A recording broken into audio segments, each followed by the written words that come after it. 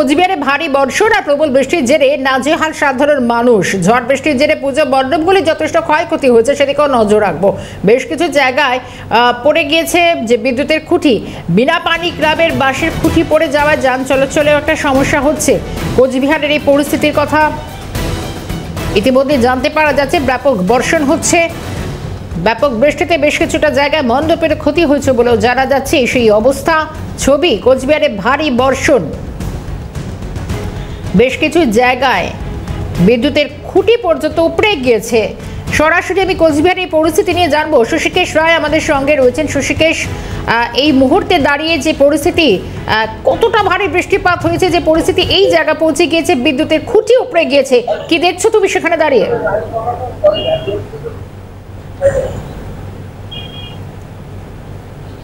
একেবারে দেখো সমৃষ্ঠা, সকাল থেকে কিন্তু প্রচন্ড পরিমাণে বৃষ্টি হচ্ছে, পাশাপাশি বৃষ্টির সঙ্গে ঝোড়ো হাওয়া, আর যার ফলে কিন্তু প্রচন্ড পরিমাণে ক্ষয়ক্ষতি হয়েছে।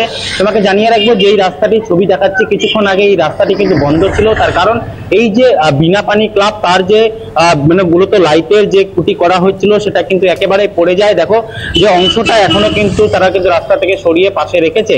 এই গোটা রাস্তাটি আটকে পড়েছিল এই ঝড়ে এইটি পড়ে যাওয়ার জন্য।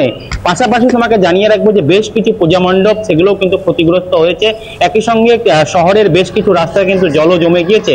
তবে এই যে বিদ্যুতের যে কাঠামো, সেটা বিনা পানি ক্লাবের, সেটা পড়ে যাওয়ার ফলে রাস্তাটি বন্ধ হয়ে গেছিল। ক্লাবের সদস্যরা রয়েছে, কতটা ক্ষতি হলো তাদের সঙ্গে কথা বললো। দাদা, কতটা ক্ষতি হয়ে গেল?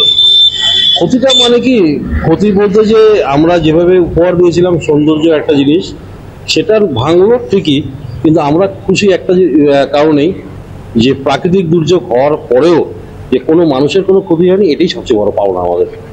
এখন কি অবস্থায় রয়েছে পূজা মণ্ডপটা, কি করেছে? পূজা মণ্ডপ কন্ট্রোল আছে, ওটা সব ঠিকঠাকই আছে, কোনো অসুবিধা নেই। শুধু আমাদের ক্ষতি বলতে এটাই হলো, আমরা খুশি এই জন্য যে কোনো মানুষের কোনো ক্ষতি হয়নি।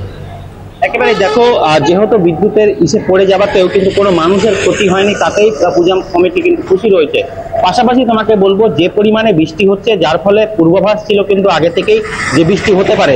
তবে এই যে পরিমাণের বৃষ্টি, সে নবমীর দিন আজকে কিন্তু যে পূজা কমিটিগুলো বড় বড় পূজার আয়োজন করছে, তাদের কিন্তু মাথায় চিন্তার ভাঁজ পড়েছে এই বৃষ্টির ফলে। সমৃষ্ঠা, শশীকেশ, এই ছবি, কারণ প্রশাসনের কি এই মুহূর্তে প্রশাসন কি সাহায্যের হাত বাড়িয়ে দিয়েছে? তারা কি অবস্থার মধ্যে রয়েছেন? কারণ যথেষ্ট ক্ষয়ক্ষতি হয়েছে। পুজো মণ্ডপগুলির কি অবস্থা?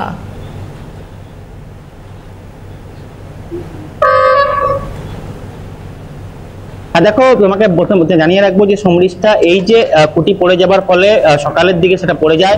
তবে খবর পেয়ে সেখানে দমকলের কর্মীরা এসেছিল, তারা কিন্তু এই যে রাস্তা পরিষ্কার করতে সাহায্য করে। পাশাপাশি পূজা মণ্ডপগুলোর কথা যদি বলি, বেশ কিছু পূজা মণ্ডপে কিন্তু জল জমে গিয়েছে। বিশেষ করে পাশাপাশি আরেকটা বিষয় তোমাকে জানিয়ে রাখবো যে শহরের বেশ কিছু রাস্তায় জল জমেছে, যার ফলে যে সমস্ত বড় বড় পূজাগুলো রয়েছে সেই রাস্তাগুলোতে জল জমায়, সাধারণ মানুষের কিন্তু একটা হয়রানি হবে।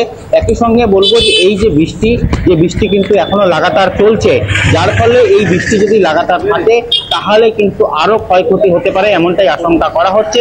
পাশাপাশি যে পূজা কমিটিগুলোতে তাদের কিন্তু মাথায় চিন্তা রয়েছে, তার কারণ আজকে নবমীর দিন, শেষ দিন ছিল পূজার, তারপরে কিন্তু প্রচুর মানুষের সমাগম হতো।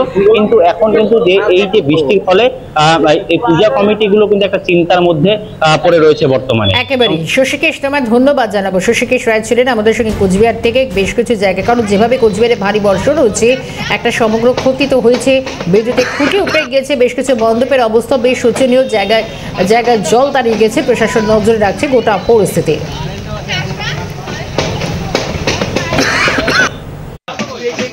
কোন মাসে ভাড়া দিবা? তার আছে না।